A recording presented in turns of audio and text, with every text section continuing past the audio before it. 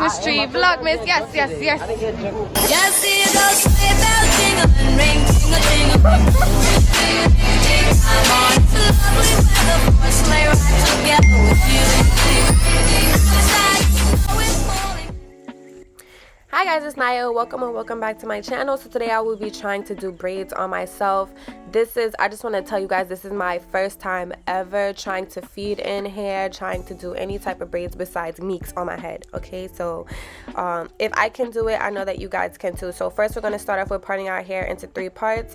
You want to section off your hair in the middle, and then like the very front of your head from ear to ear, and put the rest of the hair away. So now we have these 2 sections, and we're gonna do one at a time. So on one section, we're going to part that into 3 more sections, and then we're going to part that in half. So right now I'm doing the 3 sections on both sides, so total we should have 6 full sections.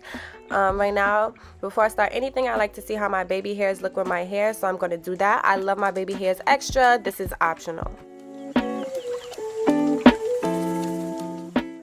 So for this project, you will need some rubber bands, some good old jam, and whatever else you think you may need, besides, of course, the hair. So like I said, we will be parting those 1 sections in half, and you just want to part boxes.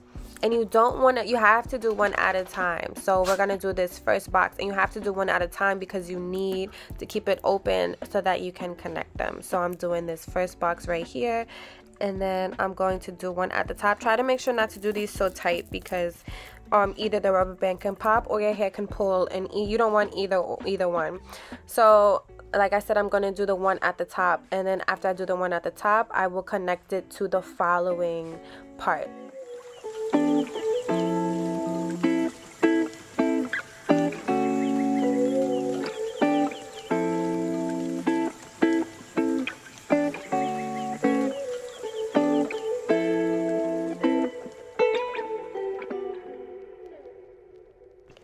As I go, I do flat iron some just to make sure that it's not so puffy when I twist it, because I put some gel on the hair and then I twist it. But like I said, you have to do one at a time because as you can see, I pulled the hair from the previous one down and into this rubber band. So that's why you're supposed to do one at a time. And I'm going to do the same exact thing to the top. I'm going to flat iron it just a little bit, and then I'm going to connect it.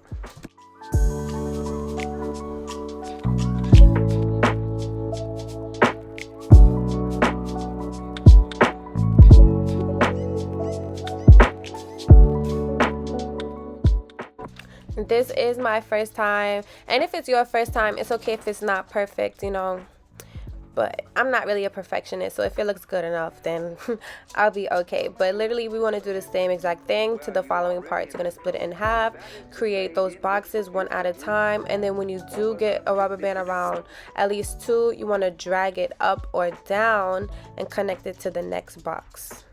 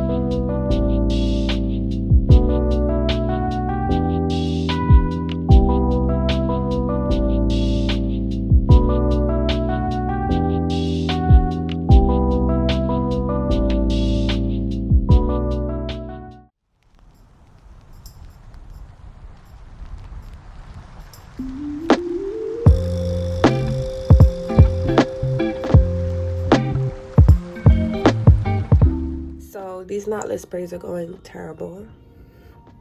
Let me just show you. What is that? Ugh. So let me explain to you guys. I tried to do the actual feed it in method and I decided to switch it up. So what I ended up doing was crocheting the hair in. So what you want to do is get your parts together, and then when you box off a part, so I do the brick method, which just means that I part like in between the previous braid, right? So you want to braid like 1 inch of whatever that's supposed to be, and you want to use your crochet needle, get the hook of your hair, right, close it, bring it down, and then literally just start braiding. If you do your braid a little bit tight like mine, it might be kind of hard to get through, but you just, you know, kind of gotta wiggle it and you'll be fine. But we're just gonna braid that, and that's how I did my knotless braids. Y'all let me know what y'all think of this method.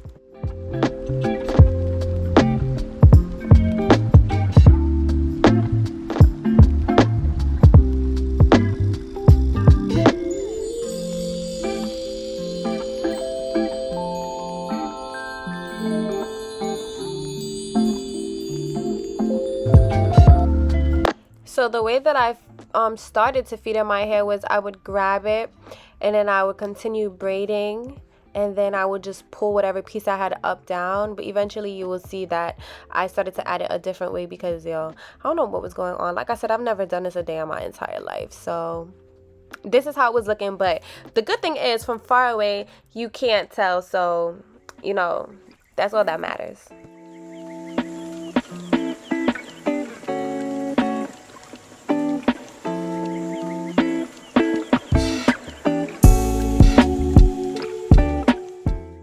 I wanted to show you guys the method I was using again. So like I said, you want to braid at least 1 inch of your real hair. Use that crochet needle to pull down your braiding hair and then just start braiding. So when I got towards the top, this is when I started doing a different braiding method, and that's basically I would just hold the hair and then take the other piece and continue to braid with it instead of putting one piece up and one piece down. This definitely helped me go a little bit faster.